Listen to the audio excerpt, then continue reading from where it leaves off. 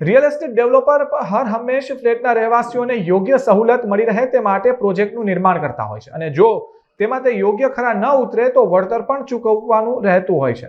ત્યારે આવી જ ઘટના રાજકોટ ખાતે જોવા મળી। શહેરમાં આવેલા મૂન સ્પેસ એવન્યુના બિલ્ડર વિરુદ્ધ કાનૂની જંગ લડવાનો નિર્ણય ત્યાંના રહેવાસીઓએ લીધો છે। બિલ્ડરો દ્વારા જે વચનો આપવામાં આવ્યા હતા તે પૂરા કરવામાં આવ્યા નથી। એટલું જ નહીં, મેન્ટેનન્સ માટે આશરે જે 23 લાખ જેટલી માતબર રકમ ભેગી થઈ છે તે પણ આપવામાં નથી આવી। સાથોસાથ બિલ્ડરની બેદરકારીના પગલે હાલ એવન્યુની નળની લાઈન પણ કપાઈ ગઈ છે। એટલું જ નહીં, જે ખર્ચ થઈ રહ્યો છે તે પણ રહેવાસીઓ પોતાના ખર્ચે તે સરખું કરાવે છે। આ અંગે અનેક રજૂઆતો કરવા છતાં બિલ્ડર દ્વારા કોઈ યોગ્ય ઉકેલ લાવવામાં આવ્યો નથી અને એવન્યુના રહેવાસીઓએ અંતે કાનૂની જંગ લડવાનો નિર્ણય લીધો છે। મૂન સ્પેસ એવન્યુના લોકોએ અબતક મીડિયા હાઉસની મુલાકાત લીધી હતી અને આ અંગે વિગતવાર માહિતી પણ આપી હતી। અમે મૂન સ્પેસના રહેવાસીઓ છીએ બધા। મૂન સ્પેસ એવન્યુના શાંતિનગર 1 રૈયા હિલ આવેલી છે, ત્યાં આગળ અમે બધા 2 વર્ષ ત્યાં આવેલા છે રહેવા માટે। કેટલા ફ્લેટ છે? ટોટલ 15 ફ્લેટ છે અત્યારે હાલ। એમાં અમે અત્યારે 13 રહેવાસીઓ છીએ। બિલ્ડર કોણ છે? બિલ્ડર છે આપણે જયપ્રકાશભાઈ વિઠલાણી અને એના સન છે ભાર્ગવભાઈ વિઠલાણી। બરોબર, એ વ્યક્તિગત છે કે ભાગીદારી પેઢી છે? ભાગીદારી પેઢી છે, ભાગીદારી પેઢી છે। તો પ્રશ્ન શું છે? બિલ્ડર સાથે શું નારાજગી છે? પ્રશ્નમાં એવું છે કે અત્યાર સુધી અમારું મેઇન તો મેન્ટેનન્સ છે, કે જે આખું બિલ્ડિંગ મેન્ટેન કરવા માટે અમે બધા 2 લાખ અને 1.5 લાખ આપેલા છે। હા, 2 લાખ અને 1.5 લાખ ડિપોઝિટ આપેલી છે। કેટલી લગભગ ટોટલ રકમ લગભગ કેટલી હશે? 23,50,000 ઈ અમને પરત કરેલી નથી। 2 વર્ષથી અમે એમને રજૂઆત કરેલી છે, ધીરે ધીરે રિક્વેસ્ટ કરેલી। તમારું બિલ્ડરના બધા ફ્લેટ ઓનરો છે એનું કે એસોસિએશન બનાવ્યું છે? હા, એસોસિએશન બિલ્ડરના કહેવાથી જ બનાવ્યું કે તમે 2 એસોસિએશન બનાવો। વર્ષ દિવસ પહેલા અમે એસોસિએશન બનાવ્યું, 6 મહિના પહેલા બેંક એકાઉન્ટ ખોલાવ્યું।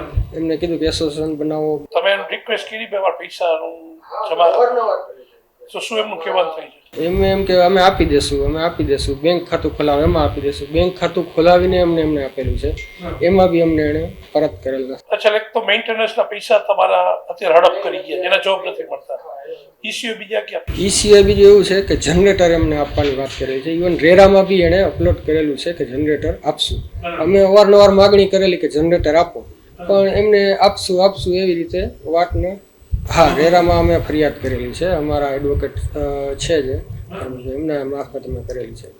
બીજા એમાં એવું છે, કોમન અત્યારે હાલમાં ઘણા સમયથી બહાદુરની નથી વ્યવસ્થા, કોઈ જાતની સાફ સફાઈ નથી થતી બિલ્ડિંગમાં, અને બિલ્ડિંગનું ઇલેક્ટ્રિક છે એ બધું એ રીતનું છે, વાયરિંગ ને એ બધું। સાફ સફાઈનું રેગ્યુલર મેન્ટેનન્સ તો ખરેખર તમારે જે ફ્લેટ ઓનર છે એનામાં આવે છે, તો એ અપેક્ષા કેમ બિલ્ડર પાસે રાખો છો? બિલ્ડર પાસે એવું છે કે અત્યાર સુધી અમે બધા જે ખર્ચા થયા છે ને, જે કોમનના, મોટરના, પાણીના બધા, એ અમે અત્યારે અમારા પર્સનલ ભોગવ્યા છે। અમારે 2 લાખ મેન્ટેનન્સ આપેલું છે, તો પછી અમારે તો શેના માટે? સિવાય બીજું એવું છે કે એમને બધા ફ્લેટમાં જે કાંઈ પાણીના ઢાળ હોય કે એ બધા ઊંધા છે। પાણી બહાર જવાને બદલે અંદર આવે, બાથરૂમમાં ને એ રીતે કોમન એરિયામાં છે એનું પાણી અંદર આવે છે, પ્લસ બધે ભેજ આવે છે। એટલે આવી ઘણી બધી ખામીઓ છે। બરાબર, ઈસીઓ કોઈ અંદર નિયમ બહારનું કઈ બાંધકામ કે એવું કઈ થયું હોય એવું કઈ? પાર્કિંગનો કઈ પ્રશ્નો છે? પાર્કિંગમાં એવું છે કે અમારા બધા પાસેથી 50,000 એને ફ્લેટ દીઠ ઉઘરાવેલ છે। ના, એ એક્સ્ટ્રા 50,000 ઈ પ્લસ 40,000 ગેસ ને જીબી ને એના ઉઘરાવેલ છે, એની કોઈ સફિશિયન્ટ પહોંચ આપેલ નથી। બરાબર છે, અને ઇવન એલોટેડ પાર્કિંગ કરેલું નથી। અચ્છા, બિલ્ડિંગમાં જે પ્રમાણે તમે સુવિધાઓ કીધી હતી, ફાયર સેફટી બધા પ્રશ્નો, એ બધું બરાબર છે? એનાથી તમે ફાયર સેફટીનું લાયસન્સ નથી રિન્યુઅલ કરાવેલું ને 2 વર્ષથી। બરાબર છે, કાલ સવારે કાંઈ પણ અકસ્માત બને, અમને તો કાંઈ ખબર નથી કેવી રીતે શું મેન્ટેન થાય છે, સાધનો ચાલુ છે, શું છે, મોટર ચાલુ છે કે નહીં, એટલે બધું રામ ભરોસે છે અત્યારે બિલ્ડિંગ।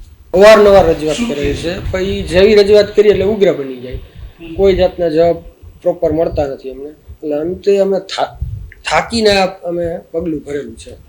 આગળ શું તમે પગલાં લેવા માંગો? આ વાતો બધા મારું એક જ છે કે અમારા જે આ પ્રશ્નો છે એ બધા હલ થઈ જાય, મેન્ટેનન્સ ડિપોઝિટ છે એ પાછી આપી દઈએ, એટલે અમારું બિલ્ડિંગ છે એ સ્મૂથ બધું મેન્ટેન થઈ શકે।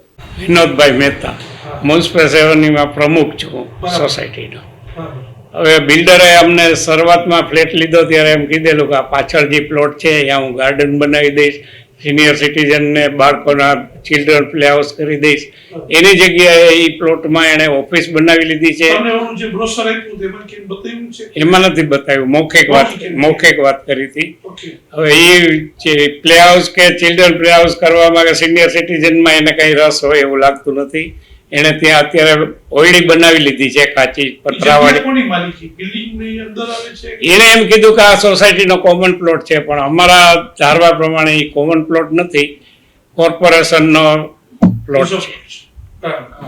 એમાં એને આ બધું સરકારી જમીનમાં પેશકદમી સરકારી જમીનમાં પેશકદમી કરેલી છે. એમાં શું કર્યું છે અત્યારે? એને એની ઓફિસ બનાવી લીધી છે, ઓયડી ચણી લીધી. ઓયડીની અંદર એને એનો માલ સામાન ભંગાર, લોખંડ, આ તે સિમેન્ટ ને એ બધું ભરેલું પડ્યું. હા. હવે એ બાબતનો કઈ જવાબ દેતા નથી. એ મારે કઈ કરવાનું થતું નથી એમ. અને ત્યાં પછી કેવા માણસો ત્યાં આવે છે? પેલા માણસો કોઈ આવે છે કે બહાર?